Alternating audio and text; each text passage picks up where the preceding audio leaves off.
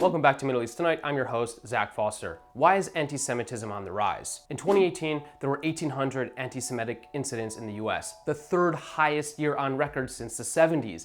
In 2019, there were 2,100 anti-Semitic incidents, the highest number on record ever. In Europe, human rights organizations have documented a rise in anti-Semitic incidents in France, Germany, the UK, and elsewhere. Anti-Semitism is kind of like climate change-induced extreme weather. The incidents are becoming more common and more extreme. Pretty soon, we're gonna start to see a 2-meter rise in swastikas and mustaches shoring up on South Beach. It's a handlebar mustache. Grab your food and run before your mustache snatches defeat from the claws of victory. What's next? Cyclones that just spin around clones of Tucker Carlson? So why so much anti-Semitism?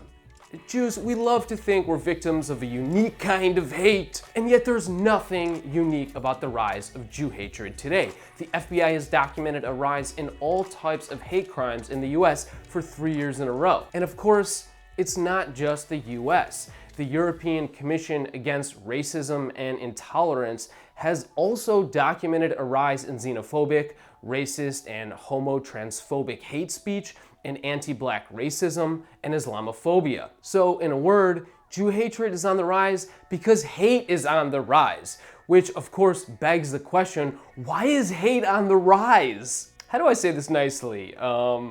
Facebook. Let's start with Facebook. If you think the problem is Fox News, by the way, 3.5 million people watch Fox News every day. 190 million Americans visit Facebook every day, similar proportions in the UK and Germany. Globally, Facebook has 1.6 billion daily active users. Now, for some perspective on how many people that is, just imagine if there were 1.6 billion horse-sized ducks in front of you.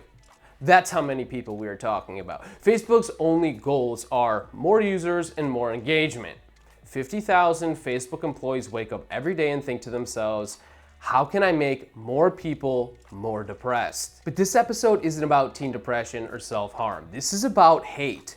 So Facebook figures out what content you like, gives you more of it, and figures out that outrageous and inflammatory content drives more engagement than nuanced content. So whatever you like, Facebook will serve you content that's just a little bit more inflammatory, which Facebook has known since at least 2018, when an internal Facebook presentation identified that the company's own algorithms were growing the presence of extremist groups. And then to make matters worse, Facebook encourages frictionless commenting and sharing.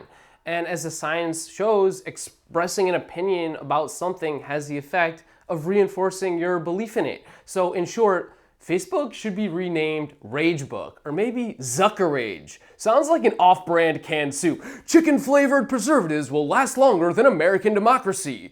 It's what's for dinner. No, this product may lead you to join anti-Semitic, anti-black, white nationalist, or white supremacist groups. Some restrictions may apply. And of course, it's obviously not just Facebook. YouTube's recommendation algorithms appear to be doing something quite similar. An international group of researchers found that a significant number of commentators moved from commenting on more mainstream right-wing YouTube channels to commenting on more extreme content. The study looked at 79 million comments on thousands of videos from contrarian YouTubers. And Twitter works the same way. Twitter is home to lots and lots of hate, and researchers even found a link between the number of racist tweets and real-life hate crimes in 100 US cities. So Jew hatred is on the rise because hate is on the rise. And Jew hatred is also on the rise because Facebook and YouTube are also on the rise because they're unregulated monopolies. Next point, Israel. Anti-Semitic acts flare up whenever Israel kills lots of Palestinians in a short period of time. Now, let's be very, very clear. This is morally repugnant and despicable, and shame on anyone directing hatred towards Jews ever for any reason. That's what led to the Holocaust, which includes the slaughter of many members of my own family. So if you think hate crimes against Jews are okay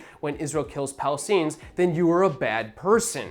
So how does Israel drive anti-Semitism? We saw a massive spike in anti-Semitic incidents in 2008-2009 during the Gaza war, when Israel killed 1,400 Palestinians in 3 weeks. No, Palestinians killed 13 Israelis during that same period. We saw 66 anti-Semitic incidents in France and 225 in the UK, which was an increase in 300% year over year during the 3 weeks of the war. It was, as far as I can tell, the worst Jew hatred outburst in modern Jewish history. which incidentally occurred when the Jewish state of Israel killed more Palestinians in any other 3-week period in the history of the Israeli-Palestinian conflict. Same thing happened in August 2014, when the Jewish state killed 2,300 Palestinians in 6 weeks. The world saw yet another wave of anti-Semitic incidents. And of course, the last reason why anti-Semitism is on the rise is because of anti-Semitic people.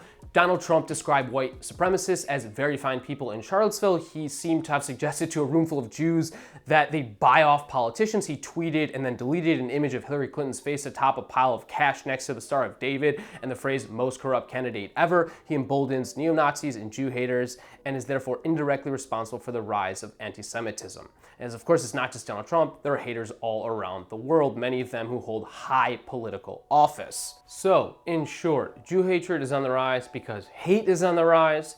Jew hatred is on the rise because Facebook and YouTube are on the rise.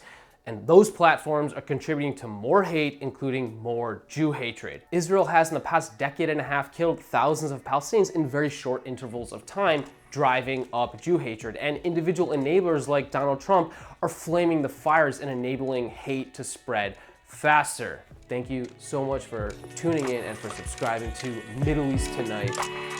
Until next time.